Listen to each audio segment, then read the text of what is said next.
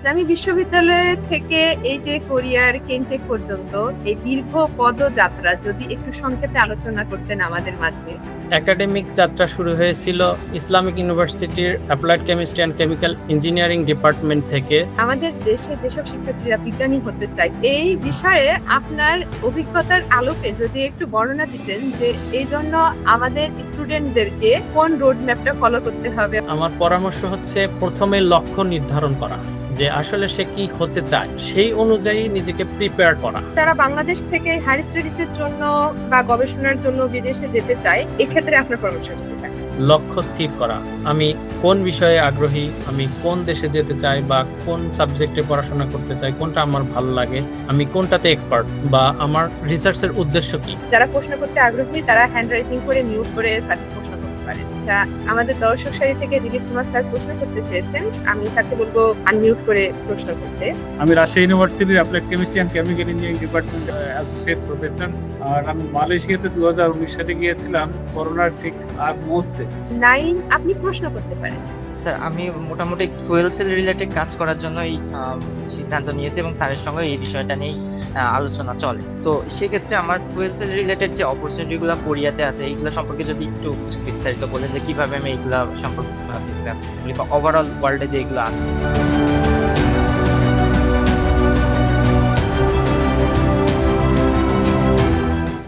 বিজ্ঞানী.org-এর পক্ষ থেকে সকলকে জানাই শুভেচ্ছা এবং অভিনন্দন। আজকে সাক্ষাৎকার পর্বে আমাদের মাঝে উপস্থিত হয়েছেন ডক্টর মোহাম্মদ মাসুদ রানা।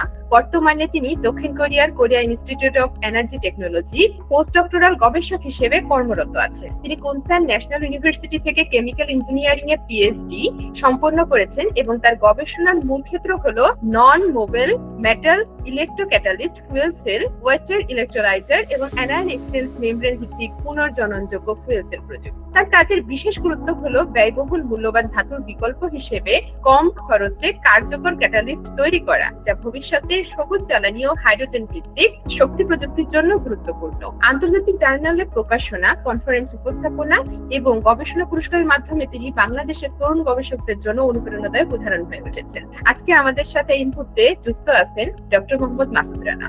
আসসালামু আলাইকুম স্যার, আশা করি ভালো আছেন। আমাদের সাথে যুক্ত হয়ে কেমন লাগছে একটু যদি ব্যক্ত করতেন। ওয়ালাইকুম আসসালাম ওয়া রাহমাতুল্লাহি ওয়া বারাকাতুহু। আমি প্রথমেই কৃতজ্ঞতা প্রকাশ করছি মহান রব্বুল আলামিনের, যিনি আমাদেরকে আজকের এই সুন্দর প্রোগ্রামে অংশগ্রহণ করার তৌফিক দান করেছেন। আমি প্রথমেই ধন্যবাদ জ্ঞাপন করছি বিজ্ঞানী.org এর আয়োজক এবং আজকের উপস্থাপক, এছাড়া এর সাথে সংশ্লিষ্ট সকলকে আমাকে এই প্রোগ্রামে আমন্ত্রণ জানানোর জন্য।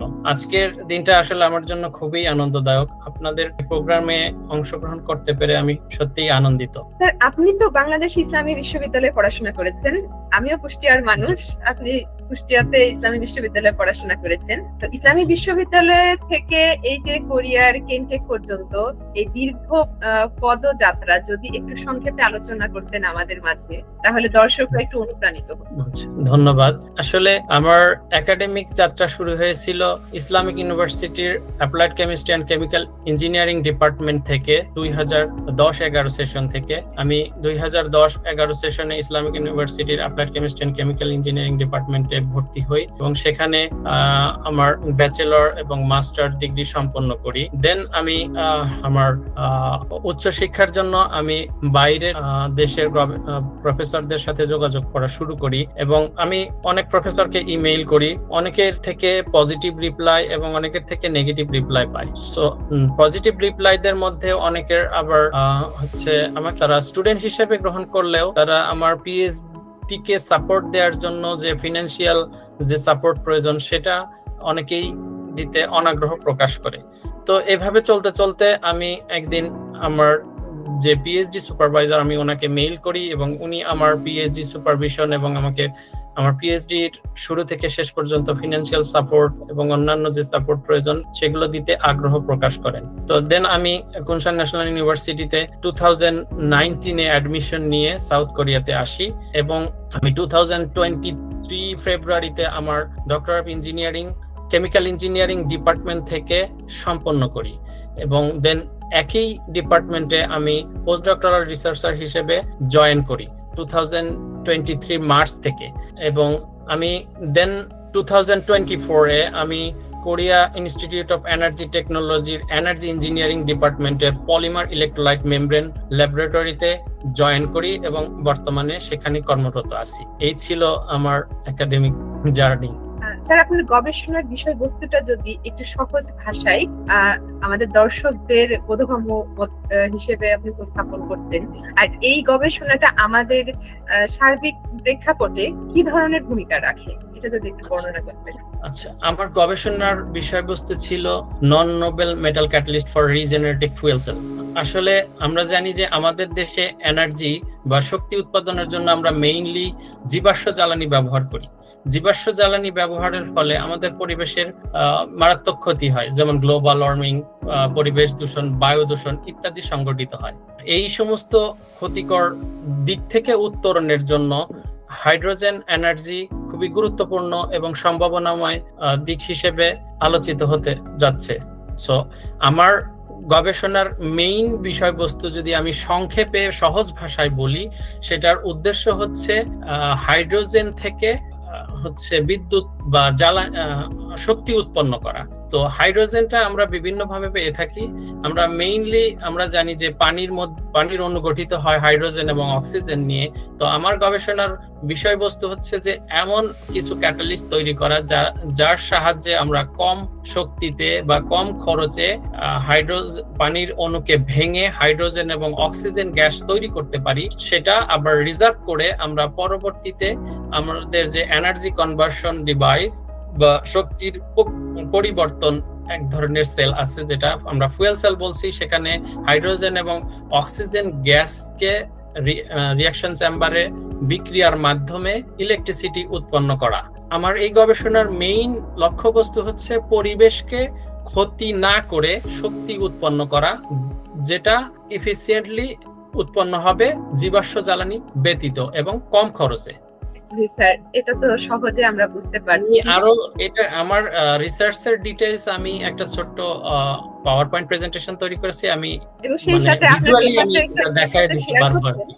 জি, আমি পেপারটা যদি আমাদের সাথে শেয়ার করতেন, আমি পরবর্তীতে আপনার পেপারটা একটু পড়ে দেখতাম। আচ্ছা, আমি গ্রুপে দিয়ে দেব আমার রিসার্চগেট আইডি এবং আমার গুগল স্কলার আইডি। আমার যত পাবলিকেশন আছে সব আমার রিসার্চগেট আইডি এবং গুগল স্কলারে আছে, ওখান থেকে সবাই নিতে পারবে, পড়তে পারবে। এবং আমার গুগল স্কলারে গিয়ে আমার নাম দিয়ে সার্চ করলেই পাওয়া যাবে আর কি, সমস্যা নেই। তারপরেও আমি গ্রুপে দিয়ে দেব। ধন্যবাদ sir. Sir, fuel cell, water electrolyser এবং হাইড্রোজেন এনার্জি নিয়ে বিশ্বজুড়ে এখন অনেক আলোচনা হচ্ছে। আপনার দৃষ্টিতে ভবিষ্যতের জ্বালানি ব্যবস্থায় এই প্রযুক্তিগুলোর ভূমিকা কতটা গুরুত্বপূর্ণ, এটা যদি একটু সহজভাবে আমাদেরকে বুঝিয়ে বলতেন। সুন্দর প্রশ্ন। আসলে বর্তমান বিশ্বে আমরা জানি যে জ্বালানির চাহিদা দিন দিন বৃদ্ধি পাচ্ছে এবং মানুষ বহু বছর ধরে জীবাশ্ম জ্বালানি ব্যবহার করছে। এর ফলে আমাদের পরিবেশের যে ক্ষতি হচ্ছে, যেমন জীবাশ্ম জ্বালানির মধ্যে আছে কয়লা, পেট্রোলিয়াম, ন্যাচারাল গ্যাস। এই জ্বালানিগুলো ব্যবহারের ফলে আমরা জানি যে এখান থেকে কার্বন ডাই অক্সাইড বা ধোঁয়া উৎপন্ন হয়, যেটা আমাদের পরিবেশ এবং জীবের জন্য অর্থাৎ হিউম্যান বিং এর জন্য মারাত্মক ক্ষতির কারণ হিসেবে দাঁড়িয়েছে।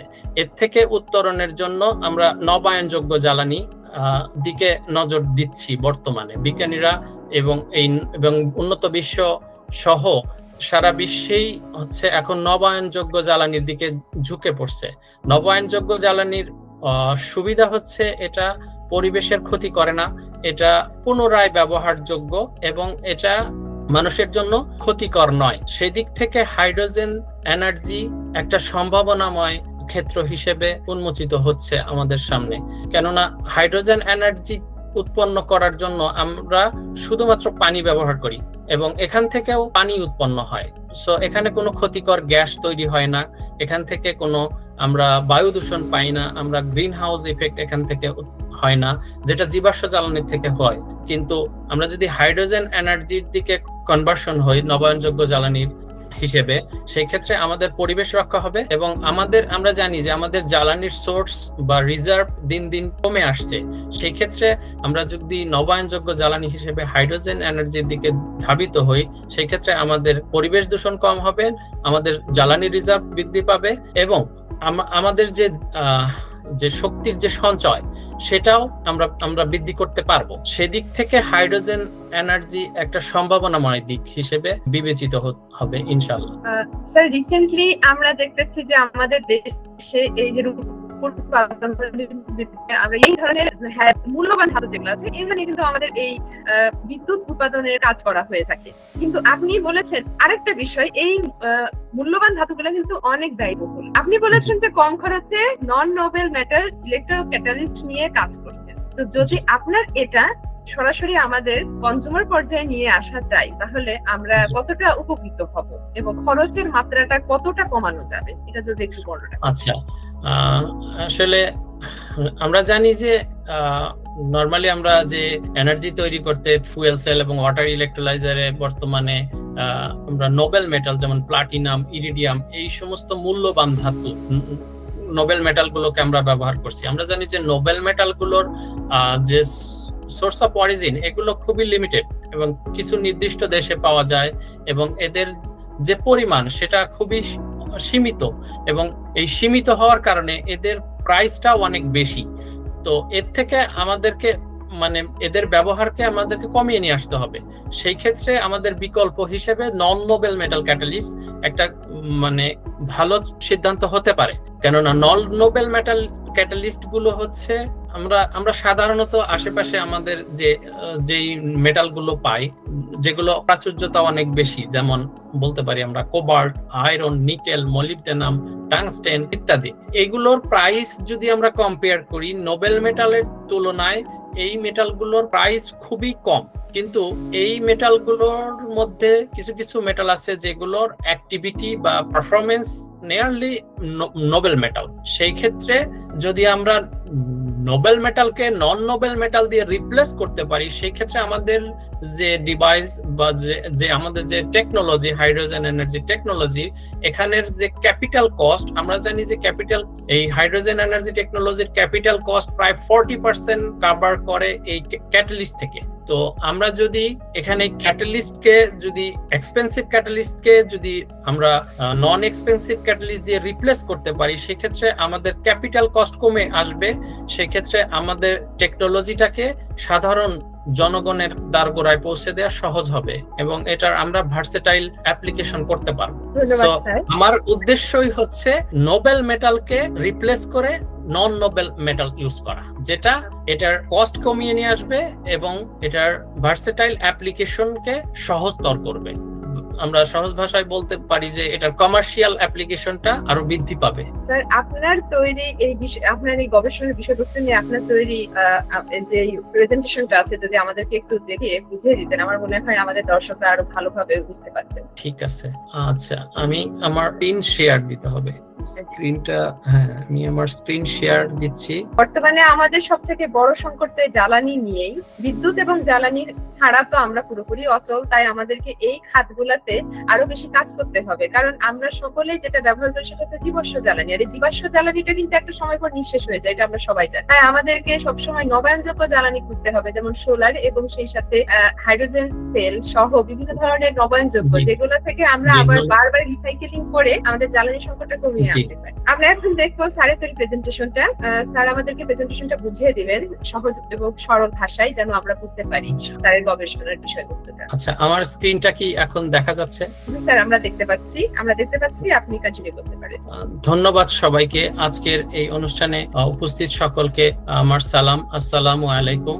আজকের আমাদের আলোচনার বিষয়বস্তু হচ্ছে hydrogen energy from water and on the way to future clean energy. আমরা যদি সহজভাবে বলি যে পানি থেকে আমরা আসলে হাইড্রোজেন গ্যাস, সেখান থেকে আমরা একটা ক্লিন এনার্জি সিস্টেমের দিকে ধাবিত হব ইন ফিউচারে, যেটা হবে আমাদের ফিউচার এনার্জি। তো আজকের আমার প্রেজেন্টেশনের ইন্ডেক্স হচ্ছে, এখানে আমি ফার্স্টে profile, energy source, disadvantages of fossil fuel hydrogen energy and its future, source of hydrogen energy, water electrolysis for hydrogen production, fuel cell for energy conversion, application area of hydrogen energy, guideline for new students. আচ্ছা, profile আমি শুরুতেই আমার পরিচয় দিয়ে দিয়েছি, তো আমি এখানে সংক্ষেপে আবার বলি। আমি doctor Mohammad Masud Rana, post doctoral researcher, department of energy engineering, Korea institute of energy technology. এবং এখানে আমি আমার এডুকেশনাল কোয়ালিফিকেশন দিয়েছি। আমি আমার ব্যাচেলর এবং মাস্টার ডিগ্রি সম্পন্ন করেছি Islamic university applied chemistry and chemical engineering department থেকে, এবং আমি আমার ডক্টর অফ ইঞ্জিনিয়ারিং সম্পন্ন করেছি কুনসান ন্যাশনাল ইউনিভার্সিটি সাউথ কোরিয়া থেকে। এবং আমি আমার রিসার্চ এক্সপেরিয়েন্স হিসেবে এখানে আমি অ্যাড করেছি আমি ইসলামিক ইউনিভার্সিটির সাস্টেইনেবল ম্যাটেরিয়াল ইনোভেশন ল্যাবরেটরিতে রিসার্চ অ্যাসিস্ট্যান্ট হিসেবে কাজ করেছি। দেন 2023 I worked as a graduate researcher, electrochemical engineering laboratory, chemical engineering department, Kunsan National University. Then I joined as a postdoctoral researcher at the same department and university, and then I joined as a postdoctoral researcher and continuing as a postdoctoral researcher at Polymer Electrolyte Membrane Laboratory, Korea Institute of Energy Technology. এখানে আমরা দেখেছি যে আসলে আমাদের বর্তমানে যে energy source গুলো আছে সেগুলো আসলে কি কি। কারেন্ট এনার্জি সোর্সের মধ্যে আমরা দেখতে পাচ্ছি যে এখানে কয়লা আছে, তেল আছে, ন্যাচারাল গ্যাস আছে, কিন্তু ইন ফিউচারে এনার্জি সোর্স গুলো হবে কি? আমাদের যে বর্তমানের যে এনার্জি সোর্স এগুলো অধিকাংশই ফসিল ফুয়েল রিলেটেড এবং ফসিল ফুয়েল থেকে প্রাপ্ত, কিন্তু আমাদের ফিউচার এনার্জি হবে রিনিউয়েবল এনার্জি, যেগুলো আমরা পুনর্ব্যবহারযোগ্য। এর মধ্যে আছে solar energy, wind energy, hydro power energy, hydrogen energy, biomass energy, nuclear energy and geothermal energy. Renewable এনার্জির মধ্যে অন্যতম সম্ভাবনাময় একটা এনার্জি সোর্স হচ্ছে হাইড্রোজেন এনার্জি। হাইড্রোজেন এনার্জি হবে হচ্ছে আমাদের ফিউচারের এনার্জি। আমরা কেন হাইড্রোজেন এনার্জি ব্যবহার করব? কেন আমরা জীবাশ্ম জ্বালানি ব্যবহার থেকে হাইড্রোজেন এনার্জির দিকে ধাবিত হব?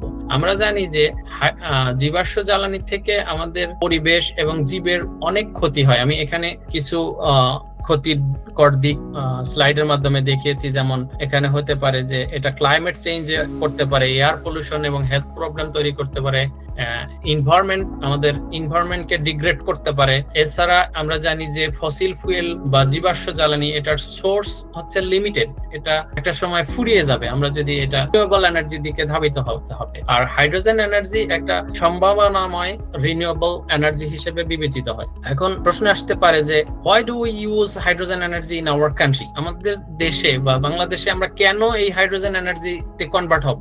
আমরা জানি যে আমাদের দেশের পরিবেশ দূষণটা হচ্ছে মারাত্মক লেভেলে চলে গিয়েছে। তো আমাদেরকে এখনই এমন একটা জ্বালানি ব্যবস্থার দিকে ধাবিত হতে হবে যেটা হতে হবে আমাদের পরিবেশের জন্য ক্ষতিকর নয়। সেই ক্ষেত্রে হাইড্রোজেন এনার্জি একটা সম্ভাবনাময় এনার্জি সোর্স হিসেবে বিবেচিত হবে। এর প্রথম বৈশিষ্ট্য হিসেবে যদি আমরা বলি, এটা ক্লিন এনার্জি, কেননা এখানে শুধুমাত্র বাই প্রোডাক্ট হিসেবে পানি উৎপন্ন হয় এবং পানিকে ভেঙে আমরা হাইড্রোজেন এবং অক্সিজেন গ্যাস তৈরি করি, এবং এটা রিনিউয়েবল। দ্বিতীয়ত যদি বলি, এটা রিনিউয়েবল, আমরা পুনরায় ব্যবহার করতে পারি। এটার মানে এটা শেষ হবে না, আমরা সাইক্লিক চলতেই থাকবে। এরপরে যদি আমরা বিবেচনা করি, এটার এনার্জি এফিসিয়েন্সি অনেক বেশি। অল্প পরিমাণ হাইড্রোজেন দিয়ে আমরা অধিক পরিমাণে এনার্জি তৈরি করতে পারি। এছাড়া এর আরেকটা বৈশিষ্ট্য হচ্ছে যে এনার্জি সিকিউরিটি, অর্থাৎ এটা আমাদেরকে একটা নিশ্চিন্ত, নিরাপদ এবং ভবিষ্যৎ জ্বালানি ব্যবস্থার নিশ্চয়তা দেবে, এবং এটা আমরা অনেক ক্ষেত্রে অ্যাপ্লিকেশন করতে পারবো। যেমন আমাদের গাড়ি, বাস, ট্রাক থেকে শুরু করে ইন্ডাস্ট্রি, সকল ক্ষেত্রে আমরা এটার অ্যাপ্লিকেশন করতে পারি। এবং এটার আরেকটা বৈশিষ্ট্য হচ্ছে যে এটা আমরা লং ডিস্টেন্স ট্রান্সপোর্ট করতে পারবি, এটা আমরা স্টোরেজ করতে পারবো। এটার সবচাইতে মানে আশ্চর্যজনক, সবচাইতে আকর্ষণীয় পয়েন্ট হচ্ছে reduce carbon footprint. Carbon footprint হচ্ছে যে এমন একটা জিনিস যেটা যে কোনো জ্বালানি ব্যবহার করলে ওখান থেকে কার্বন উৎপন্ন হয়, অথবা ওই জ্বালানি রিলেটেড এমন কিছু কার্বনের ব্যবহার বা চিহ্ন রেখে যায়। কিন্তু এই হাইড্রোজেন এনার্জি হচ্ছে এমন একটা এনার্জি যেটা ব্যবহার করলে এখানে কার্বনের কোনো ফুটপ্রিন্টই থাকবে না, অর্থাৎ কার্বন উৎপন্নও হবে না এবং এর থেকে এর সাথে কার্বনের কোনো রিলেশনই নেই। কোনো এনার্জি সোর্স ডিরেক্টলি কার্বনের সাথে রিলেটেড না, কিন্তু সেটা ইনডিরেক্টলি আবার সেই ক্ষেত্রে দেখা যায় যে সেদিক থেকে hydrogen energy totally carbon free. এটা কার্বন ফুটপ্রিন্টকে রিডিউস করে এবং এটার অ্যাবান্ডেন্ট এবং ওয়াইড অ্যাভেলেবিলিটি, অর্থাৎ এটা যে কোনো জায়গায় আমরা তৈরি করতে পারি এবং ব্যবহার করতে পারি। আমাদের দেশে তো আরো সম্ভাবনাময়। আমাদের দেশের দক্ষিণে রয়েছে বিশাল বঙ্গোপসাগর, সেখানে রয়েছে আমাদের বিশাল ওয়াটার এবং আমাদের বর্ষাকালে অনেক ফ্লাড হয়। সেক্ষেত্রে আমরা যদি পানিকে রিজার্ভ করতে পারি, সেখান থেকে আমরা ইলেকট্রোলাইসিসের মাধ্যমে হাইড্রোজেন এবং অক্সিজেন তৈরি করতে পারি, সেটা আমরা যদি এনার্জি কনভার্সন ডিভাইসের মাধ্যমে যদি এনার্জিতে কনভার্ট করতে পারি, সেই ক্ষেত্রে আমাদেরকে আর এনার্জির জন্য আমাদেরকে অন্যের উপর নির্ভরশীল হতে হবে হবে না, এবং সেটা হবে আমাদের একটা স্থিতিশীল, নবায়নযোগ্য এবং ক্লিন এনার্জি সোর্স। এখন আমরা এখানে দেখতে পারবো যে আসলে what are the source of hydrogen energy. Hydrogen এনার্জির সোর্স গুলো কি কি? হাইড্রোজেন এনার্জির সোর্সের মধ্যে আমরা দেখতে পাই যে পানি আছে, জীবাশ্ম জ্বালানি বা ফসিল ফুয়েল আছে, এবং বায়োমাস এবং অর্গানিক ম্যাটেরিয়াল থেকেও আমরা এই হাইড্রোজেনটা পেতে পারি। আমরা জানি যে পানির মেইন অণু হচ্ছে H2O, অর্থাৎ দুইটা হাইড্রোজেন একটা অক্সিজেন পরমাণু নিয়ে একটা পানির অণু গঠিত হয়। তো পানিকে যদি আমরা ইলেকট্রোলাইসিস অর্থাৎ বিদ্যুতের সাহায্যে ভেঙে ফেলি, সেখান থেকে আমরা কি পাই? হাইড্রোজেন এবং অক্সিজেন। এখানে আমি দেখিয়েছি যে আসলে আমরা হাইড্রোজেন এনার্জি সোর্স হিসেবে কোনগুলোকে ব্যবহার করতে পারি এবং কি ধরনের হাইড্রোজেন পেতে পারি। আমরা দেখতে পাই যে পানিকে ভাঙলে আমরা গ্রিন হাইড্রোজেন পেতে পারি, অর্থাৎ এখানে কোনো কার্বন নাই। সেই ক্ষেত্রে এই গ্রিন হাইড্রোজেনটা আমাদের পরিবেশ এবং জীবের জন্য উপকারী এবং কোনো ক্ষতিকর না। সেই ক্ষেত্রে অন্য ক্ষেত্রে যদি আমরা ফসিল ফুয়েলকে ভেঙে হাইড্রোজেন তৈরি করতে চাই, তাহলে সেখানে আমরা পাবো গ্রে হাইড্রোজেন এবং ব্লু হাইড্রোজেন, যেটাতে সামান্য পরিমাণ বা অধিক পরিমাণে কার্বন থাকে। আর আমরা জানি যে কার্বন যখন বাতাসের সাথে মিশ্রিত হয় তখন কার্বন ডাই অক্সাইড গ্যাস তৈরি করে, যেটা আমাদের পরিবেশ এবং জীবের জন্য মারাত্মক ক্ষতিকর। সেদিক থেকে হাইড্রোজেন এনার্জি একটা সম্ভাবনাময় পরিচ্ছন্ন জ্বালানি ব্যবস্থা। আমরা কিভাবে পানি থেকে হাইড্রোজেন এবং অক্সিজেন তৈরি করতে পারি এবং কেন আমরা এটা ব্যবহার করব? আচ্ছা, আমার পরের স্লাইডে আমি দেখাবো কিভাবে রিঅ্যাকশনটা হয়। আসলে আমরা যে পানিকে ভেঙে হাইড্রোজেন এবং অক্সিজেন তৈরি করি, এর আসলে বেনিফিট কি? আমরা এখানে দেখি যে এখানে জিরো ইমিশন পটেনশিয়াল, অর্থাৎ এখানে কার্বন ইমিশন টোটালি জিরো। এখানে কোনো কার্বন ইমিশন হয় না, যার ফলে আমাদের পরিবেশ এবং বায়ু দূষণ হয় না। আমাদের যে জলবায়ু এবং জীব, এগুলো ক্ষতিগ্রস্ত হয় না। এটা হাইড্রোজেন যদি আমরা পানি থেকে তৈরি করি, এটা হাই পিউরিটি হাইড্রোজেন প্রোডাকশন করতে পারে। এর ইফিসিয়েন্সিও অনেক বেশি, এটাতে কস্ট অনেক কম, এবং এটা ফ্লেক্সিবল, যে কোনো জায়গায় আমরা তৈরি করতে পারি এবং এটা অ্যাপ্লিকেশন করতে পারি। আমি দেখিয়েছি যে কিভাবে একটা ওয়াটার ইলেকট্রোলাইজার কাজ করে। আমরা জানি যে পানিকে ভাঙলেই আসলে আমরা হাইড্রোজেন এবং অক্সিজেন গ্যাস তৈরি করতে পারি, কিন্তু সেই পানিটাকে আমরা কিভাবে ভাঙি? পানিকে ভাঙার জন্য আমরা এখানে দুটো ইলেকট্রোড ব্যবহার করি, অ্যানোড এবং ক্যাথোড, এবং এই মাঝখানে একটা সেপারেটর বা মেমব্রেন ব্যবহার করি, বিশেষ ধরনের মেমব্রেন, যেটা শুধুমাত্র আয়নকে পাস করতে অ্যালো করে, ইলেকট্রনকে নয়। সেই ক্ষেত্রে আমরা যদি পানির মধ্যে দুটো ইলেকট্রন দিয়ে ইলেকট্রিসিটি কোনো একটা রিনিউয়েবল সোর্স থেকে, যেমন সোলার এনার্জি অথবা উইন্ড এনার্জি থেকে অ্যাপ্লাই করি, সেক্ষেত্রে পানির অণুগুলো ভেঙে হাইড্রোজেন গ্যাস এবং অক্সিজেন গ্যাস তৈরি করে। এই হাইড্রোজেন গ্যাস এবং অক্সিজেন গ্যাসকে যদি আমরা স্টোরেজ ট্যাঙ্কে রিজার্ভ করি, সেটা আমরা পরবর্তীতে ব্যবহার করতে পারি।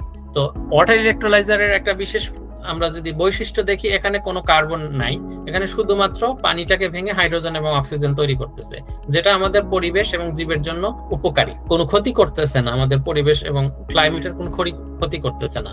আমরা ওয়াটার ইলেকট্রোলাইজারে হাইড্রোজেন এবং অক্সিজেন গ্যাস যে প্রডিউস করে রিজার্ভারে রিজার্ভ করেছি, তো এবারে আমরা হাইড্রোজেন থেকে আমরা এনার্জিতে কনভার্সন করব। আমরা হাইড্রোজেন থেকে এনার্জিতে কনভার্সনের জন্য যে আমরা ডিভাইস বা সেল বা যে যন্ত্র ব্যবহার করি, সেটাকে বলা হয় হচ্ছে fuel cell. So fuel cell মূলত হচ্ছে কেমিক্যাল এনার্জিকে ইলেকট্রিক্যাল অর এনার্জিতে কনভার্ট করে। তো এখানে মেইন রিঅ্যাকশনটা প্রসেস হচ্ছে হাইড্রোজেন গ্যাস পাস করা হয়, অ্যানোড এন্ড ক্যাথোডে অক্সিজেন গ্যাস পাস করা হয়।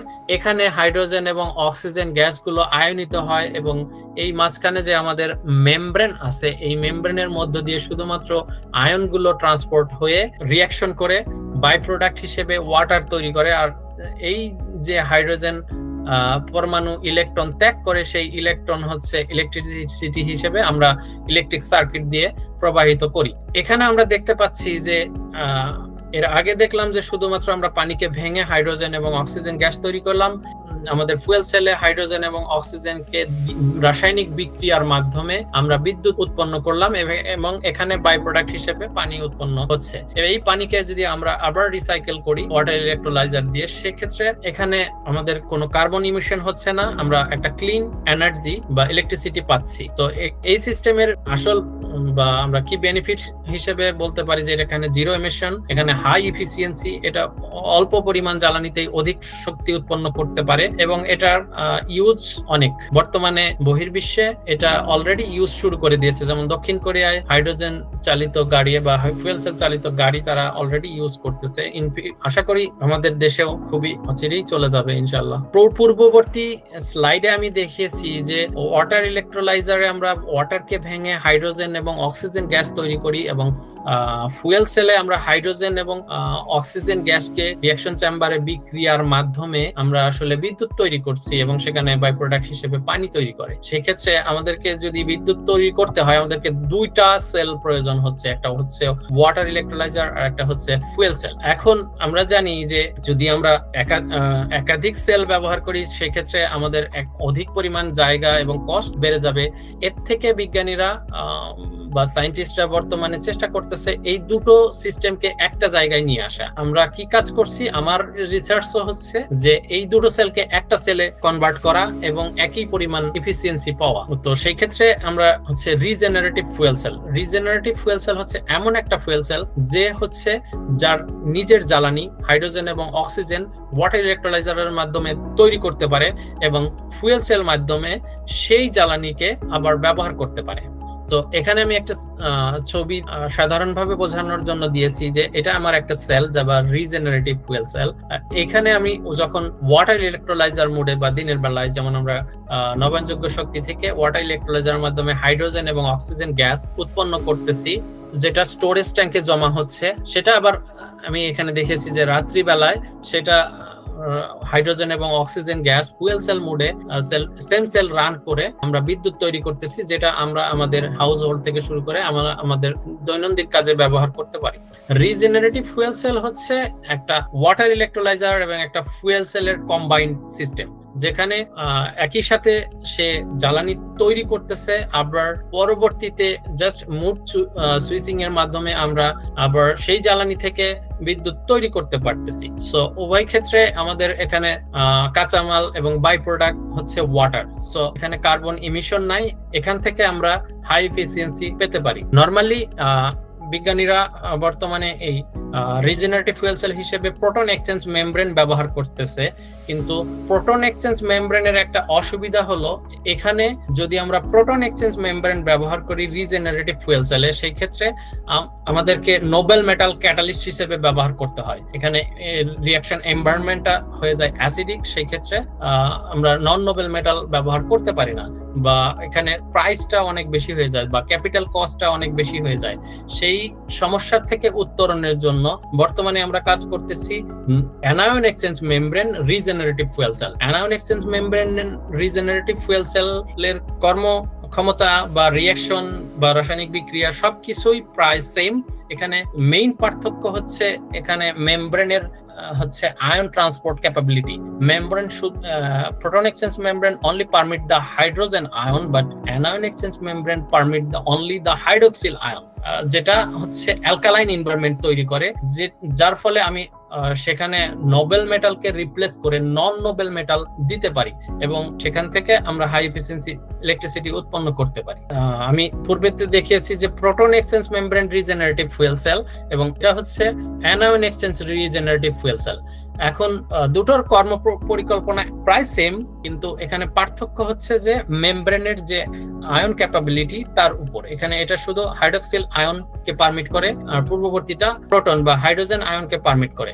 হাইড্রোজেন আয়ন পারমিট হওয়ার ফলে ওখানে একটা অ্যাসিডিক এনভায়রনমেন্ট তৈরি হয়। অ্যাসিডিক এনভায়রনমেন্টে যদি আমরা নন নোবেল মেটাল দেই সেক্ষেত্রে নন নোবেল মেটালটা সেখানে করোড হতে পারে, কিন্তু অ্যালকালাইন এনভায়রনমেন্টে আমাদের নন নোবেল মেটাল ক্যাটালিস্ট গুলো খুবই স্টেবল। সেই ক্ষেত্রে আমরা নন নোবেল এবং এফিসিয়েন্সি অনেক বেশি, সেই ক্ষেত্রে আমরা নন নোবেল মেটালকে ইউজ করার জন্য আমরা অ্যানায়ন এক্সচেঞ্জ মেমব্রেন ব্যবহার করি instead of proton exchange membrane regenerative fuel sell. কেন আমরা আসলে নোবেল মেটাল ইউজ না করে নন নোবেল মেটাল ইউজ করব? আমরা কেন proton exchange membrane regenerative fuel sell থেকে আমরা anion exchange membrane regenerative fuel সেলের দিকে ধাবিত হব?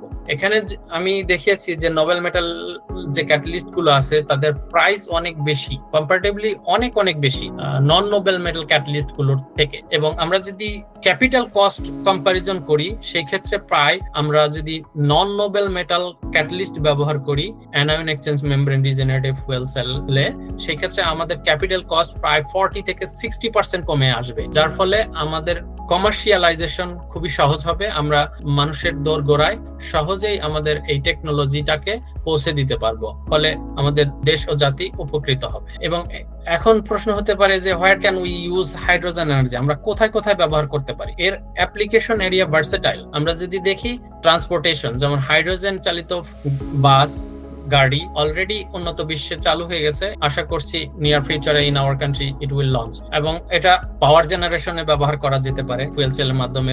এটা রিনিউয়েবল এনার্জি স্টোরেজ হিসেবেও ব্যবহার করা যাবে, space exploration, industrial application, portable energy power source হিসেবেও আমরা এটাকে ব্যবহার করতে পারবো। Regenerative fuel sell, anion exchange membrane regenerative fuel sell সম্পর্কিত আমার রিসার্চ ওয়ার্ক অলরেডি কিছু জার্নালে পাবলিশড আছে। আমি এখানে গুগল স্কলার এবং রিসার্চগেট লিংক দিয়ে দিয়েছি, আমি মিটিং শেষে গ্রুপেও দিয়ে দিব। যারা আগ্রহী এখান থেকে দেখে নিতে পারেন। যারা প্রসিডিওর দিয়েছি, যারা হায়ার স্টাডির জন্য অ্যাব্রোডে ট্রাই করছেন, তারা এইভাবে ট্রাই করতে পারেন। থ্যাংক ইউ ফর লিসেনিং ধন্যবাদ স্যার, প্রেজেন্টেশন এত সুন্দর করে বুঝিয়ে বলার জন্য আপনাকে অসংখ্য ধন্যবাদ। এতক্ষণ আমরা শুনছিলাম স্যারের গবেষণার বিষয়বস্তু এবং এই বিষয়টি নিয়ে স্যার কিভাবে আসলে কাজ করেন তার একটি বিবরণ। আমরা সকলে অনেক উপভোগ করেছি বিষয়টি এবং সহজ সরল ভাষায় বুঝতে পেরেছি। আমার আরো কয়েকটি প্রশ্ন আছে স্যারের জন্য, আশা করি স্যার আমাকে সময় দিবেন। জি অবশ্যই। আপনি বায়োডিগ্রেডেবল পলিমার কম্পোজিট নিয়েও কাজ করেছেন, আবার বর্তমানে গ্রিন এনার্জি ও ইলেকট্রোকেমিস্ট্রিতে কাজ করছেন। এই দুই ক্ষেত্রের মধ্যে আপনার কাছে কোনো অভিন্ন দর্শন বা সংযোগ আছে কি? এই বিষয়ে আপনার কি মত? আচ্ছা, ধন্যবাদ সুন্দর প্রশ্ন করার জন্য। আমি আমার মাস্টার্স থিসিস গবেষণার বিষয়বস্তু ছিল biodegradable polymer composite from polylactic acid, এবং আমার পিএইচডি গবেষণা ছিল হচ্ছে অলরেডি বলে দিয়েছে যে non noble metal electrocatalyst for regenerative fuel cell. যদি আমরা দেখি যে আমাদের উভয় গবেষণার মেইন উদ্দেশ্য হচ্ছে পরিবেশ দূষণকে কমানো, সেই ক্ষেত্রে বায়োডিগ্রেডেবল পলিমার অর্থাৎ যে প্লাস্টিক গুলো আমরা ইউজের পর পরিবেশে ফেলে দিলে সহজে ডিগ্রেডেবল হয়ে যাবে, এরকম প্লাস্টিক নিয়ে আমার গবেষণা ছিল মাস্টার্সে। এবং আমার পিএইচডি তে ছিল non noble metal catalyst to replace the noble metal catalyst for a clean hydrogen energy. So উভয় গবেষণার উদ্দেশ্যই হচ্ছে পরিবেশকে সেভ করা এবং হিউম্যান লাইফকে ক্ষতির হাত থেকে রক্ষা করা। সেই ক্ষেত্রে আমি বলতে পারি যে আমার উভয় গবেষণার মেইন উদ্দেশ্য হচ্ছে পরিবেশ দূষণ রোধ এবং মানব ক্ষতিকর উপাদানগুলোকে রিডিউস করা। ধন্যবাদ স্যার সুন্দর করে বুঝিয়ে বলার জন্য। স্যার এবার আমার আরেকটি কোশ্চেন, আমাদের দেশে যেসব শিক্ষার্থীরা বিজ্ঞানী হতে চায় ছোটবেলা থেকে অনেকেই স্বপ্নটা দেখে সায়েন্স ফিকশন পড়ে হোক আর যে কোনো ধরনের সাইফাই মুভিগুলো দেখে হোক, আমিও এক সময় দেখতাম। তো যাই হোক, আমরা এখন এসে বুঝতে পারছি যে এই পথটা কতটা কঠিন। তো এই বিষয়ে আপনার অভিজ্ঞতার আলোকে যদি একটু বর্ণনা দিতেন যে এই জন্য আমাদের স্টুডেন্টদেরকে কোন রোড ম্যাপটা ফলো করতে হবে এবং কিভাবে তাদের পড়াশোনা এবং তাদের লক্ষ্য নির্ধারণ করতে হবে। আচ্ছা, ধন্যবাদ সুন্দর কোশ্চেন করার জন্য।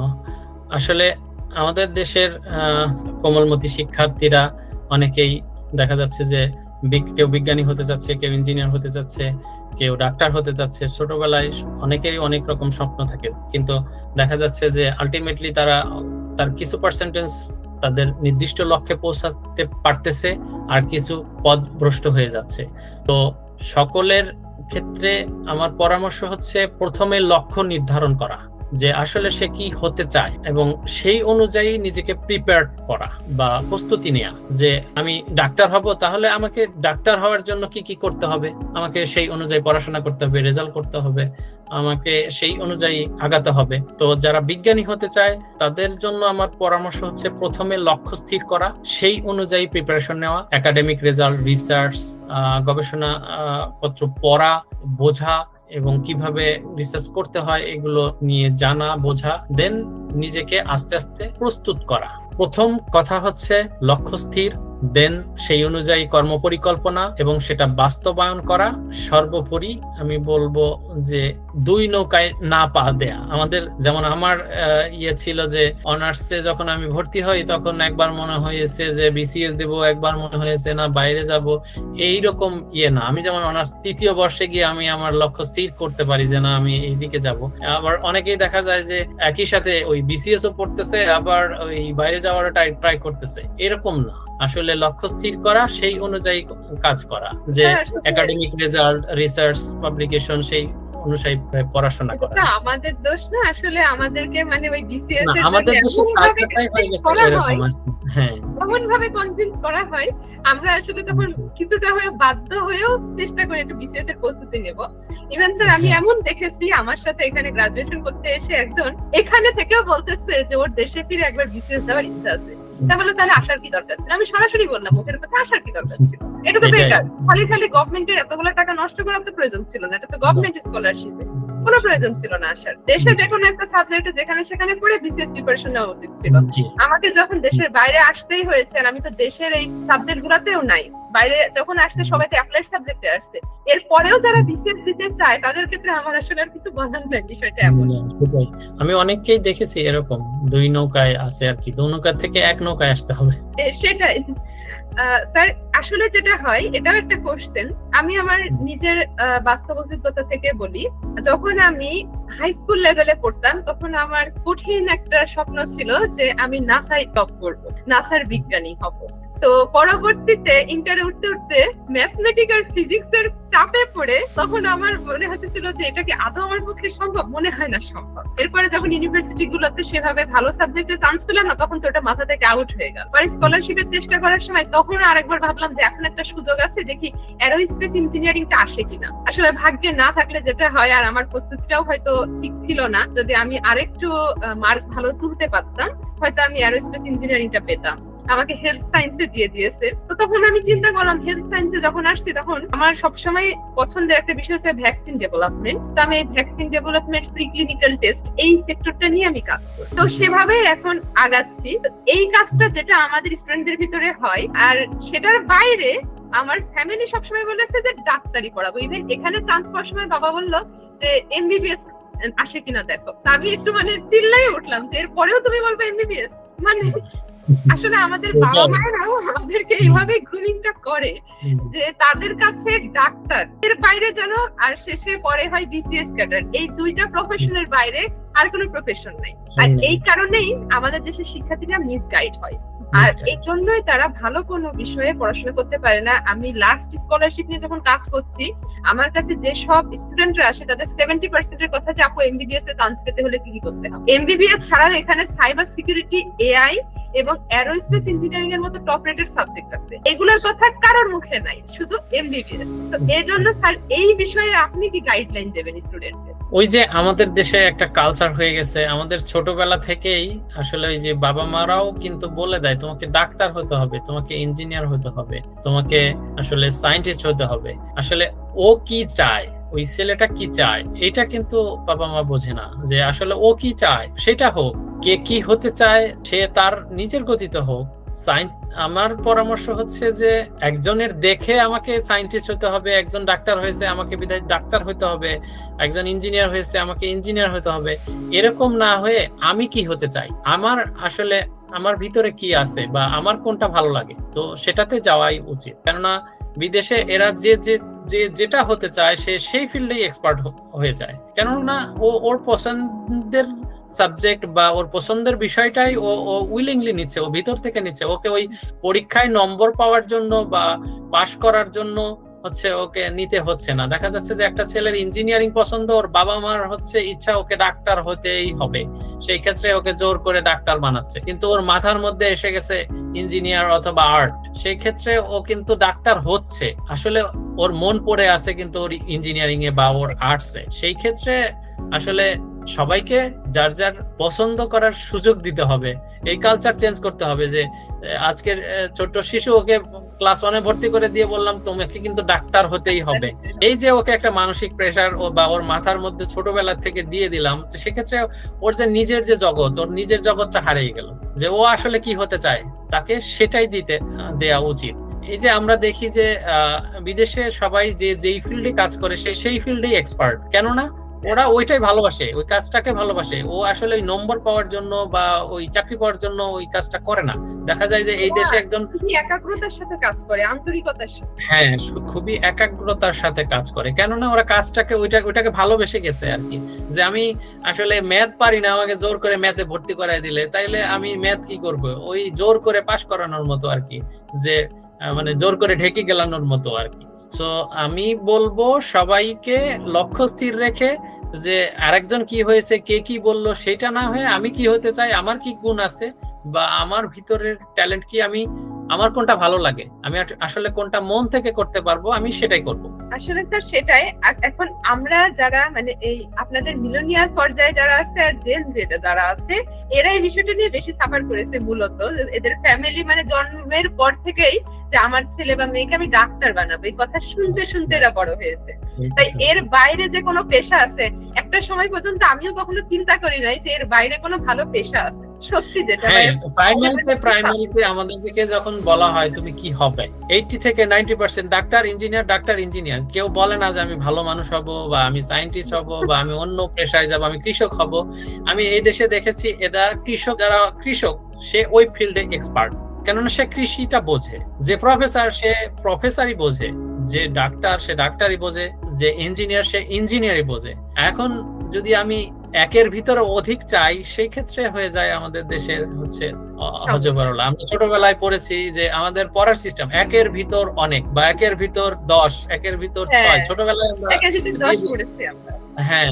সেই ক্ষেত্রে আসলে ছোট থেকেই কি হতে চায় তাকে সেই দিকে মানে ছেড়ে দেওয়া উচিত। মূলত আমাদের আরো একটা সমস্যা যে আমাদের দেশের বাইরে আর কোথাও এই যে সিভিল সার্ভিস নিয়ে এমন হয় কিনা আমার আসলে জানা নাই, মানে আমি দেখি নাই এখানেও সিভিল সার্ভিস নিয়ে কাউকে আমি দেখি নাই লাইব্রেরিতে 24 ঘন্টা পড়তে। লাইব্রেরিতে সবাই পড়াশোনা করে যার যে সাবজেক্ট ওইটা নিয়ে রিসার্চ করতে, কিন্তু সিভিল সার্ভিসের জন্য পড়তে আমি দেখি নাই। আমাদের দেশে আসলে পড়াশোনাটা হয়ে গেছে কমার্শিয়াল। আমি এই জন্য বলতেছি এদেশের পড়াশোনা কমার্শিয়াল, কেননা এরাও চাকরি উদ্দেশ্য থাকে সব দেশেই, কিন্তু আমাদের দেশের পড়াশোনা অনার্স, যে দেখা যাচ্ছে যে একজন ডাক্তার অনার্স করতেছে সে অ্যাডমিনিস্ট্রেটিভ বিসিএস অ্যাডমিনিস্ট্রেটর, কেন একজন ইঞ্জিনিয়ার সে হয়ে যাচ্ছে দেখা যাচ্ছে যে পররাষ্ট্র মন্ত্রণালয়। ইঞ্জিনিয়ারের তো কাজ ইঞ্জিনিয়ারিং করা, তার তো পররাষ্ট্র মন্ত্রণালয় জানার কথা না, তার জন্য আলাদা কমিশনার যে পরমাণু শক্তি কমিশনার যে উনি আবার এগ্রিকালচার ব্যাকগ্রাউন্ডের। এখন সেটাই হয়ে গেছে যে আসলে যে ফিল্ডে সে সেই ফিল্ডে নাই। এখন ডাক্তার গিয়ে বিসিএস দিয়ে অন্য ইয়েতে যাচ্ছে, ডাক্তার বিসিএস দিলে ডাক্তারই হবে, ইঞ্জিনিয়ার বিসিএস দিলে ইঞ্জিনিয়ারই হবে। তো দেখা যাচ্ছে যে বাংলা পড়েও বিসিএস দিচ্ছে, ওই ইঞ্জিনিয়ারিং পড়েও বিসিএস দিচ্ছে, তাহলে ওই বাংলা পড়াটাই বেটার ছিল, অত কষ্ট করে ইঞ্জিনিয়ারিং পড়ার দরকার। 35 মার্ক কভার হয়ে যেত, 35 মার্ক তো কভার হয়ে যেত। সেটাই আমাদের দেশের চিন্তাধারাই ঢুকে গেছে আসলে এই দিকে, যে আমাকে বিসিএস দিতে হবে, বিসিএস না পাইলে জীবন শেষ। একদম বিশ্ববিদ্যালয়ে প্রথম বর্ষ দ্বিতীয় বর্ষ থাকাকালীন এটাই মনে হতো। এরপরে তৃতীয় বর্ষে আসার পর তখন মনে হয় এর বাইরেও কিছু আছে, এবার একটু চেষ্টা করে দেখি। যাকে এখন মনে হচ্ছে যে হ্যাঁ অনেকটা শান্তিপূর্ণ অবস্থাতে, নয়তো দেশে থাকাকালীন বিসিএস এর জন্য যেভাবে আসলে পড়াশোনা এবং পরিশ্রমটা ছিল, ওই পরিশ্রমটা যদি আমরা গবেষণার কাজে দিই, আমার মনে হয় যে অনেক উন্নতি করা সম্ভব। এই যে 16-17 ঘন্টা অনেকে ব্যয় করছে এর পিছনে, এই বিসিএস এর পড়াশোনার পিছনে, শুধু হচ্ছে মুখস্থ। স্যার আরেকটি প্রশ্ন ছিল যে যারা বাংলাদেশ থেকে হায়ার স্টাডিজ এর জন্য বা গবেষণার জন্য বিদেশে যেতে চায়, বেসিক্যালি এই যে কেমিক্যাল ইঞ্জিনিয়ারিং, ম্যাটেরিয়াল সায়েন্স বা এনার্জি রিসার্চে, তাদের জন্য আপনার সবচেয়ে গুরুত্বপূর্ণ পরামর্শ কোনটা থাকবে? অনেকেই যেতে চায় এই কেমিক্যাল ইঞ্জিনিয়ারিং বা ম্যাটেরিয়াল সায়েন্সে, তো এই ক্ষেত্রে আপনার পরামর্শটা কি থাকবে? যারা আসলে বাইরে গবেষণা বা উচ্চশিক্ষার জন্য যাওয়ার জন্য আগ্রহী, তাদের জন্য আমার প্রথম পরামর্শ থাকবে লক্ষ্য স্থির করা। আসলে আমি কোন বিষয়ে আগ্রহী, আমি কোন দেশে যেতে চাই বা কোন সাবজেক্টে পড়াশোনা করতে চাই, কোনটা আমার ভালো লাগে, আমি কোনটাতে এক্সপার্ট বা আমার রিসার্চের উদ্দেশ্য কি, সেগুলো লক্ষ্য স্থির করা। এরপরে হচ্ছে আসবে সেই অনুযায়ী কাজ করা, যেমন হতে পারে একাডেমিক রেজাল্ট, ভাষা শিক্ষা যেমন আইএলটিএস, টোফেল এগুলো, এবং বিজ্ঞান গবেষণাপত্রগুলো পড়া, কিভাবে বিজ্ঞান গবেষণাপত্র লেখে এই সমস্ত সম্পর্কে জানা, এবং মূল কথা একাডেমিক রেজাল্ট ভালো করতে হবে, গবেষণায় যুক্ত হতে হবে ডিপার্টমেন্টে বা দেশে ছোটখাটো রিসার্চ করতে হবে, বা আমরা বিভিন্ন আর্টিকেল বা পেপার লিখতে পারি, এবং সেই অনুযায়ী প্রস্তুতি নিয়ে আগাতে হবে। এবং প্রফেসর বা সারা বিশ্বের যে রিসার্চার আছে বা বিভিন্ন প্রফেসরদেরকে মেইল করা, এবং সেক্ষেত্রে ব্যর্থতা আসতে পারে, একাধিকবার মেইল করে যেতে হবে, সফলতা একসময় আসবেই। সো হতাশ না হওয়া সর্বশেষ এবং প্রধান বৈশিষ্ট্য হচ্ছে ধৈর্যশীল হওয়া। ব্যর্থতা আসবে, ব্যর্থতাকে সফলতার চাবিকাঠি হিসেবে ঘুরে দাঁড়ানো। ধন্যবাদ স্যার, সুন্দর করে বুঝিয়ে বলার জন্য। আমরা অনুষ্ঠানের শেষ পর্যায়ে চলে এসেছি। আমাদের অনুষ্ঠানের প্রথম পর্ব অর্থাৎ প্রশ্নোত্তর পর্ব, অর্থাৎ ইন্টারভিউ পর্ব শেষ হয়েছে। এবারে রয়েছে আমাদের দর্শক সারি থেকে প্রশ্নোত্তর পর্ব। আমরা আমাদের দর্শকদের থেকে প্রশ্ন নিব। দর্শকরা সরাসরি সুযোগ পাবে আমাদের গেস্টের সাথে কথা বলার এবং প্রশ্ন করার। তো এর মধ্যে দিয়ে শুরু হচ্ছে আমাদের প্রশ্নোত্তর পর্ব। যারা প্রশ্ন করতে আগ্রহী তারা হ্যান্ড রাইজিং করে মিউট করে স্যারকে প্রশ্ন করতে পারেন। আচ্ছা, আমাদের দর্শক সারি থেকে দিলীপ কুমার স্যার প্রশ্ন করতে চেয়েছেন। আমি স্যারকে বলবো আনমিউট করে প্রশ্ন করতে। হ্যাঁ, ধন্যবাদ আপনাদের উপস্থাপক এবং আপনার গেস্ট আর যারা দর্শক আছেন সবাইকে। আমি অনেকদিন এখানে যুক্ত ছিলাম, কিন্তু পার্টিকুলারলি প্রোগ্রামগুলোতে খুব পার্টিসিপেট করা সম্ভব হয়নি। আজকে আমি সকাল থেকেই ভাবছিলাম যে কালকে মেয়েটা পাওয়ার পর আজকে যুক্ত হবো, কারণ আমি এই ফিল্ডে একটু কাজ করেছি। আমি রাজশাহী ইউনিভার্সিটির applied chemistry and chemical engineering department associate professor. আর আমি মালয়েশিয়াতে 2019 সালে গিয়েছিলাম করোনার ঠিক আগ মুহূর্তে, যে ওখানে সোলার এনার্জির উপরে কাজ করতে যেই শেষে আসলে ওই করোনার কারণে আমাকে কনভার্ট করে হাইড্রোজেন ইলেকট্রোক্যাটালিস্ট, যেটা আজকের টপিক, এর উপরে কিছুটা কাজ করতে হয়েছে আমার সাপ্লিমেন্টারি কাজ হিসেবে। অ্যাকচুয়ালি আমি কাজ করেছিলাম metal oxide in synthesis of metal oxide in application of solar cell and electrocatalyst. আমারও 2-3টা আর্টিকেল আছে, এই হাইড্রোজেন এনার্জিতেও আছে, তারপর এসিএস জার্নালও কয়েকটা আছে। আমি আমার ডিপার্টমেন্টে আসার পর এখানে আসলে কাজ করার কোনো সুযোগই পাইনি। ওইখানে পটেনশিয়াল স্টার্ট যেটা আমি ব্যবহার করেছিলাম এখানে এসে একটা সংগ্রহ করেছি, কিন্তু যেভাবে আমার ওখানে কাজ হয়েছিল সেই কাজটা এখানে আর শুরু করতেই পারিনি। তো সীমিত অবস্থায় তারপরে 2-1টা কাজ বের করেছি। আমি যেটা করতে যাচ্ছিলাম সেটা একটা প্রজেক্ট এরকমই ইউজিসিতেও জমা দেওয়া হয়েছিল। সেটা হলো যে সোলার টু কুকিং গ্যাস, মানে সোলার থেকে হাইড্রোজেন বের করে এটাকে স্মল স্কেলে আমাদের গ্রামে গঞ্জে যে আমাদের হচ্ছে রান্নার ক্ষেত্রে ব্যবহার করা যায় কিনা এটার স্টাডি করার জন্য। কিন্তু এই প্রজেক্টটার কোনো পাচ্ছিলাম না, আমি হচ্ছে ফান্ডিং এ পাচ্ছিলাম না যে কাজ করব, কারণ হাইড্রোজেনকে সরাসরি ফ্ল্যাশিং পয়েন্ট, ফ্ল্যাশ পয়েন্ট যেটা, এখানে তো কমার্শিয়াল ইউজের জন্য হাইড্রোজেনকে ব্যবহার করার কথা বলা হয়েছে। আমাদের দেশ এক্ষেত্রে হয়তো কন্ট্রিবিউট করতে না পারলে আমরা সোলার টু লাইট, সোলার থেকে ডিসি ফ্যান এগুলো চালানোর জন্য বাংলাদেশ প্রচুর পরিমাণে এগুলো আছে এখনো। যদিও আমরা রিমোট অঞ্চলে বিদ্যুৎ গেছে, কিন্তু বিদ্যুতের সাস্টেনেবিলিটিটা অতটা নেই, দীর্ঘ সময় থাকে, যেটা হচ্ছে লোডশেডিং। সেক্ষেত্রে সোলারের অল্টারনেটিভ স্টিল নাও আমি আমার বিশ্ববিদ্যালয় ক্যাম্পাসে সোলার ব্যবহার করি যখন কারেন্ট থাকে না। স্মল স্কেলে হাইড্রোজেনকে এভাবে ব্যবহার করা যায় কিনা এটার আমার একটা গবেষণার প্রজেক্ট নিয়ে আমি অনেক জায়গায় ফান্ডিং এরিয়া করেছি। ধরেন এই ইলেকট্রোলাইজারটা আমরা গ্রামে গঞ্জে, এটা তো ল্যাবরেটরিতে করা যাচ্ছে, একটা ছোট স্কেলে ইলেকট্রোলাইজার করে সেখানকার হাইড্রোজেনকে বের করে কুকিং পারপাসে আমরা এলপিজি গ্যাস টাস দিয়ে রান্না বান্নার কাজ করি। এক্ষেত্রে কাস্টমাইজ চুলা এবং হাইড্রোজেন স্টোরেজেরও দরকার হচ্ছে না হিউজ অ্যামাউন্ট, যেটা বায়োগ্যাস প্ল্যান্ট আমার ওখানে করে। যাক, আমি এত বেশি কিছু আর বলতে চাচ্ছি না, আমি বলতে চাচ্ছি যে হাইড্রোজেনকে এই পারপাসে ব্যবহার করা যাবে কিনা এটার ফিজিবিলিটি স্টাডি করার কোনো বিশ্বে কোথাও গবেষণা হচ্ছে কিনা এ ব্যাপারে আমি একটু জানতে চাচ্ছি। ধন্যবাদ স্যার আপনাকে আমাদেরকে সময় দেওয়ার জন্য এবং সুন্দর কোশ্চেন করার জন্য। আসলে আমি সুন্দর কিনা তো আমি জানি না, এটা আমার দীর্ঘদিন ধরে আচ্ছা মাথায় ইয়ে হচ্ছে যে ইলেকট্রোলাইজারটা ব্যাপক স্কেলে না হয়ে যদি ছোট স্কেলে কাস্টমাইজ করে হাইড্রোজেন আসার পর হাইড্রোজেনটা আসলে স্টোরেজটা বড় চ্যালেঞ্জ, এটা একটা স্টোরেজ এবং ট্রান্সপোর্ট দুইটাই চ্যালেঞ্জ। যদিও আমরা আমাদের আজকের কথা হচ্ছে যে হাইড্রোজেন প্রোডাকশন ইলেকট্রোক্যাটালিস্ট শুধুমাত্র ওভার পটেনশিয়াল রিডিউস করতে পারে, যেগুলো নন লেভেল মেটাল সেগুলোর উপরে, কিন্তু এটার আমার দেশে যে অ্যাপ্লিকেশনের কথাটা বলি, আমরা হয়তো ওই ব্যাপক ইয়াতে মানে রিনিউয়েবল এনার্জি নেই, তাহলে সেটা যদি হয় তখন আমরা এটা হতে যেতে পারি। কিন্তু এখন স্মল স্কেলে একটা সোলার প্যানেল থেকে 500 ওয়াটের বা 300 ওয়াটের যদি সোলার প্যানেল হয়, সেখান থেকে আমরা সানলাইট যখন থাকে তখন আমি যে ওয়াটারটা স্প্লিট করতে পারবো, এটাকে যদি হাইড্রোজেন দিয়ে রান্নার কাজটা করাইতে পারি, তাহলে গ্রামে গঞ্জে এটা খুব ব্যাপক পপুলারিটি পেতে পারে। এবং ইভেন শহর অঞ্চলেও আর আমাদের হিউজ এলপিজি যেটা বাইরে থেকে নিয়ে আসতে হচ্ছে এখন রান্নার জন্য, অথবা গ্রামে গঞ্জে মানুষ এখন বায়োগ্যাসের যেটা ব্যবহার করে, সেগুলোর রিপ্লেসমেন্ট সম্ভব হতো। কিন্তু এখানে কমপ্লেক্সিটিটা আমি যে জায়গায় করছি, হাইড্রোজেন এখানে সারা বিশ্ব অন্য কোথাও রিসার্চ থেকে আছে কিনা এই ব্যাপারে আপনার কাছে আমি এই সংক্রান্ত একটা গবেষণাপত্র পড়েছিলাম যে এই আপনার সোলার থেকে হাইড্রোজেন, এবং সেটা হচ্ছে আপনি যেটা বললেন যে এলপিজির রিপ্লেসমেন্টে হচ্ছে ব্যবহার করা, সেটা এখনো আসলে রিসার্চ পর্যায়ে রয়েছে, এখনো আসলে কমার্শিয়াল পর্যায়ে ওইভাবে পৌঁছায়নি।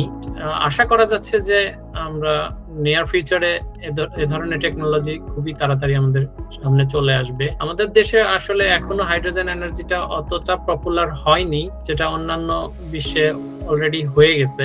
এখানে যেমন জ্বালানি হিসেবে আমরা হাইড্রোজেন ফুয়েল সেল কার এবং হাইড্রোজেন চালিত বাস অলরেডি ব্যবহার শুরু করেছে সাউথ কোরিয়া। সেই ক্ষেত্রে আশা করা যাচ্ছে যে আমাদের দেশে এরকম একটা এনার্জি সম্ভাবনা আছে আর কি। খুবই হাইড্রোজেনকে হাইড্রোজেনকে ফুয়েল অ্যাজ এ ইলেকট্রোকেমিক্যাল প্রসেসে করা হচ্ছে। হাইড্রোজেন এখানে ইলেকট্রন ছেড়ে দিয়ে হাইড্রোজেন আয়ন সেটা অক্সিজেনের সাথে যুক্ত হয়ে পানি হচ্ছে, কিন্তু সরাসরি যদি হাইড্রোজেনকে বার্ন করা হয়, জি স্যার, আমি বার্নারে যেটা করবো সেটা সরাসরি in contact of air, that means reaction of hydrogen and oxygen. এখানে চ্যালেঞ্জ গুলো কি কি হতে পারে, এগুলো নিয়ে আপনার কোনো আছে কিনা, ধারণা আছে কিনা? আচ্ছা, আমি তো মূলত রিসার্চ করছি হচ্ছে হাইড্রোজেন এবং অক্সিজেনকে রিঅ্যাকশন চেম্বারে, যেমন ফুয়েল সেল ইলেকট্রোকেমিক্যাল রিঅ্যাকশন, সেখানে reaction but not combustion. Yes, G sir. সেই ক্ষেত্রে আমরা মিথেনকে স্টিম রিফর্মিং করে হাইড্রোজেন করতে পারি, ওটাকে ইলেকট্রোকেমিক্যাল প্রসেসে কনভার্ট করতে পারি। বাট মিথেনকে ডিরেক্টলি কিন্তু আমাদের দেশের বার্নার গুলোতে ডিরেক্টলি বার্ন করা হচ্ছে অক্সিজেন, এয়ারের অক্সিজেন দিয়ে।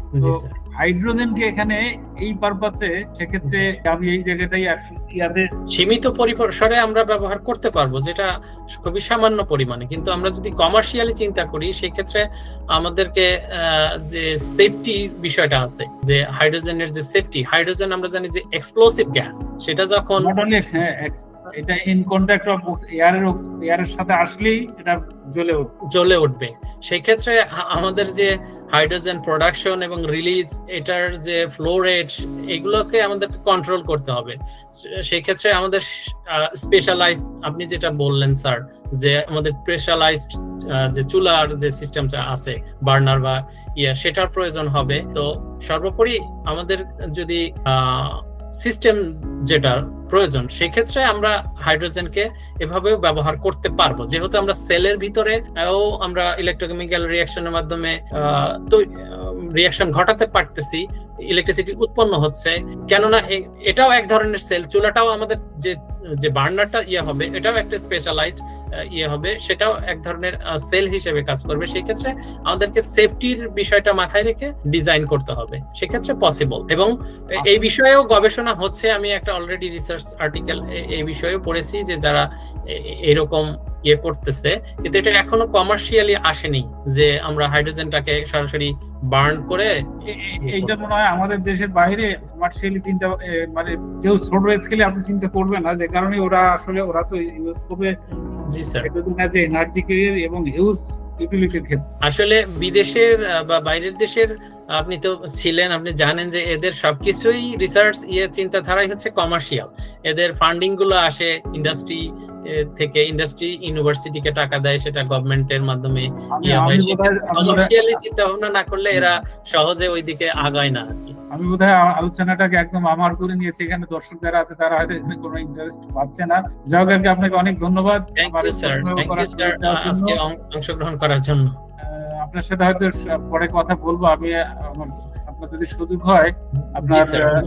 অবশ্যই আপনি তো সাউথ কোরিয়ায় আছেন? জি স্যার। আচ্ছা, আর দর্শক হয়তো আছে তাদের কাছে আমার একতরফা আর বেশিক্ষণ আলোচনা নিচ্ছি না, কোশ্চেন আছে খুব শর্ট হওয়া উচিত। ধন্যবাদ আপনার আজকের উপস্থাপক এবং যারা আয়োজক সবাইকে। ধন্যবাদ দিলীপ কুমার স্যারকে। আশা করি আগামী প্রোগ্রামেও স্যার আমাদের সাথে থাকবেন এবং আমাদেরকে দিক নির্দেশনা দিয়ে সহযোগিতা করবেন। এবং সেই সাথে ধন্যবাদ জানাই আজকে আমাদের গেস্ট ডক্টর মাসুদ রানা স্যারকে। আমাদের আর কোনো দর্শক যদি প্রশ্ন করতে আগ্রহী থাকেন তাহলে হ্যান্ড রাইজিং করে কোশ্চেন করতে পারেন, কারণ আমরা অনেকটা প্রোগ্রামের শেষের দিকে চলে এসেছি। নাইম, আপনি প্রশ্ন করতে পারেন। আসসালামু আলাইকুম স্যার। ওয়ালাইকুম আসসালাম। স্যার আমি হচ্ছে Islam university applied chemistry and chemical engineering department থেকে 2020-21 সেশনের। আমার হচ্ছে রিসেন্টলি বিএসসি কমপ্লিট হইলো, এখন হচ্ছে ফাইনাল ইয়ারের প্রজেক্টের ডিফেন্সটা এখন বাকি মাত্র শুধুমাত্র। তো এখন আমি হচ্ছে আমরা ডক্টর এমডি আহসানুল হক স্যারের সঙ্গে মোটামুটি কিছুটা রিসার্চ সম্পর্কে ক্লাস করছি, স্যারের কাছ থেকে জানার চেষ্টা করছি। এখন স্যার কাজ করেন ইলেকট্রোকেমিস্ট্রি, স্পেশালি হচ্ছে ন্যানো ক্লাস্টার বা প্লাটিনাম প্লাস ন্যানো ক্লাস্টার এগুলো নিয়ে। এখন আমার কোশ্চেন ছিল যে আমি আমার নেক্সট মাস্টার্স এবং পিএইচডির ক্ষেত্রে কিভাবে আমার পরিকল্পনাগুলোকে সাজাইতে পারি যেন আমি সহজেই এই রিলেটেড ফিল্ডে কোনো একটা মাস্টার্স বা পিএইচডি প্রোগ্রামে সহজে চান্স পাইতে পারি। আচ্ছা, প্রথমত হচ্ছে আপনি যেহেতু অনার্স মানে শেষের দিকে, মানে আপনি বলছেন যে আপনার অনার্স শেষের দিকে, সেক্ষেত্রে আপনি ডিপার্টমেন্টের যে প্রফেসর বা অ্যাসিস্ট্যান্ট প্রফেসর আছে তাদের সাথে কন্ট্যাক্ট করতে পারেন, আপনার ইন্টারেস্টেড ফিল্ডে কিছু কাজ করতে পারেন, যেমন ছোট ছোট প্রজেক্ট, সেখান থেকে কিছু পাবলিকেশন করতে পারেন। এবং এখন আপনি যে ইংরেজি ভাষার যে দক্ষতা অর্জনের জন্য যে আইএলটিএস বলেন, টোফেল বলেন, সেগুলো প্রিপারেশন নিতে পারেন। এবং আপনার একটা একাডেমিক সিভি তৈরি করবেন, একটা একাডেমিক কভার লেটার তৈরি করবেন, সেটা দিয়ে সারা বিশ্বের আপনি যেই ফিল্ডে আগ্রহী সেই, আপনি যেমন Google scholar, web of science, এছাড়াও আরো অন্যান্য যে সার্চিং মিডিয়া আছে সেখান থেকে আপনি প্রফেসরদের সাথে কন্ট্যাক্ট করবেন যে আপনি এই রিসার্চ ফিল্ডে আগ্রহী, তাদেরকে ইমেইল করবেন, তাদের আপনার ইন্টারেস্ট জানাবেন বা তারা কোন ফিল্ডে কাজ করে সেগুলো জানার চেষ্টা করেন। এবং বিভিন্ন স্কলারশিপ আছে, যেমন আপনি কোন দেশে যেতে চান, যেমন USA, Australia, Canada, south Korea, Japan, বিভিন্ন রকমের স্কলারশিপ গুলো আছে। আপনি স্কলারশিপ গুলো সম্পর্কে পড়াশোনা করেন এবং স্কলারশিপ গুলোতে কিভাবে অ্যাপ্লিকেশন করে, কি কি ডকুমেন্টস প্রয়োজন হয়। তো অ্যাপ্লিকেশনের আগে আপনি নিজেকে সেই অনুযায়ী প্রিপারেশন নেন এবং নিজেকে প্রিপারেড করেন, দেন আপনি অ্যাপ্লিকেশন করেন। যেটা আসলে যে যুদ্ধের আগে আসলে নিজেকে প্রস্তুত করা এবং দেন যুদ্ধে ঝাঁপিয়ে পড়া। এখন অস্ত্র ছাড়া বা ট্রেনিং ছাড়া যদি কেউ যুদ্ধে যায় সেক্ষেত্রে সেই সৈনিক পরাজিত হবে। সেই ক্ষেত্রে আগে নিজেকে প্রস্তুত করেন। মূল কথা হচ্ছে যে আপনার যেহেতু বাইরে যাওয়ার ইচ্ছা বা আপনার ড্রিম, সেই ক্ষেত্রে আপনাকে রিসার্চ সম্পর্কে জানতে হবে, আপনার আগ্রহ কি, আপনি কোন ফিল্ডে কাজ করতে চান, কেন করতে চান, এবং এটা করে আপনি ইন ফিউচারে কি করবেন সেইগুলো নিয়ে ভাবুন এবং সেই অনুযায়ী কাজ করুন। রিসার্চ পাবলিকেশন বা রিভিউ পাবলিকেশন করেন। এখন যেহেতু আপনার সময় আছে, প্রফেসরদের সাথে কন্ট্যাক্ট করেন এবং সেই অনুযায়ী কাজ আগায় নেন, আশা করি। স্যার আমার আরেকটা প্রশ্ন ছিল স্যার। স্যার আমি মোটামুটি ফুয়েল সেল রিলেটেড কাজ করার জন্যই সিদ্ধান্ত নিয়েছি এবং স্যারের সঙ্গে এই বিষয়টা নিয়ে আলোচনা চলে। তো সেক্ষেত্রে আমার ফুয়েল সেল রিলেটেড যে অপরচুনিটি গুলো কোরিয়াতে আছে এইগুলো সম্পর্কে যদি একটু কিছু বিস্তারিত বলেন যে কিভাবে আমি এইগুলো সম্পর্কে ওভারঅল ওয়ার্ল্ডে যেগুলো আছে। এখন বর্তমানে রিনিউয়েবল এনার্জি নিয়ে সারা বিশ্বেই কাজ হচ্ছে এবং কোরিয়াতেও ফুয়েল সেল নিয়ে প্রচুর রিসার্চ হচ্ছে। সেই ক্ষেত্রে আপনি মাস্টার্স প্রোগ্রাম খোলা আছে, মাস্টার্স এবং পিএইচডি এর জন্য প্রফেসরদেরকে আপনি আপনার ফিল্ডে ফুয়েল সেল এবং ওয়াটার ইলেকট্রোলাইজার দিয়ে যদি সার্চ করেন, আমার মনে হয় যে হাজারখানিক প্রফেসর পাবেন বা শখানিক প্রফেসর পাবেন যারা এই ফিল্ডে কাজ করে। এদের মধ্যে আপনি স্পেসিফিকলি কোন প্রফেসরের সাথে আপনার ইন্টারেস্ট ম্যাচ করে তাদেরকে সাথে কন্ট্যাক্ট করতে পারেন ইমেইলের মাধ্যমে এবং আপনার আগ্রহ প্রকাশ করতে পারেন, এবং সেই তাদের রিসার্চ গুলো আপনি পড়ে দেখতে পারেন যে আসলে তারা কি ধরনের কাজ করে। সেক্ষেত্রে আপনি নতুন আইডিয়া আসবে এবং সেই অনুযায়ী আপনি দেখা যাচ্ছে যে আপনি স্কলারশিপ হলে আসার পরে আপনি কাজ করতে পারবেন। সো মূলত আপনি এখন প্রিপারেশন নেবেন যে প্রফেসরদেরকে আপনি কিভাবে কনভিন্স করতে পারেন যে আপনি মাস্টার্স বা পিএইচডির জন্য তার কাছে আসতে চাচ্ছেন বা ওই ইউনিভার্সিটিতে আসতে চাচ্ছেন। সেক্ষেত্রে আপনি ইমেইলিং শুরু করতে পারেন। বিভিন্ন স্কলারশিপ আছে, কোরিয়াতেও অনেক রকমের স্কলারশিপ আছে, যেমন কোরিয়ান গভর্নমেন্ট স্কলারশিপ আছে, এরপরে কিছু কিছু ইউনিভার্সিটি স্কলারশিপ গুলো দেয়, সেগুলো সম্পর্কে জানতে পারেন, যেমন সেগুলোতে অ্যাপ্লিকেশন করতে পারেন। ধন্যবাদ স্যার। ধন্যবাদ নাইমুর রহমানকে আপনার প্রশ্নের জন্য। আর কেউ যদি প্রশ্ন করতে আগ্রহী থাকেন তাহলে হ্যান্ড রাইজিং করে কোশ্চেন করতে পারেন। আমরা অনুষ্ঠানের প্রায় শেষের দিকে চলে এসেছি। আচ্ছা, আর কেউ হয়তো প্রশ্ন করতে আগ্রহী না। আজকে আমরা ডক্টর মাসুদ রানা স্যারের থেকে অনেক বিষয়ে অনেক সুন্দর সুন্দর তথ্য জানতে পারলাম এবং স্যারের গবেষণাটা খুব সহজ ভাষায় আমাদের সাধারণ জনগণের বোধগম্য হিসেবে স্যার আমাদের মাঝে উপস্থাপন করলেন। বিজ্ঞানী.org এর এই ইন্টারভিউ প্রোগ্রাম, এই সাক্ষাৎকার প্রোগ্রামটা যখন থেকে আমরা শুরু করেছি তখন থেকে আমাদের লক্ষ্য এটাই ছিল যে গবেষণাটা আসলে শুধু আমাদের গবেষকদের মধ্যে সীমাবদ্ধ না রেখে সাধারণের বোধগম্য হিসেবে উপস্থাপন করাটা জরুরি, যেন সাধারণ জনগণ বিভ্রান্তিতে না থাকে। তারা যেন বুঝতে পারে যে আসলে গবেষণাগুলো কিভাবে হয়।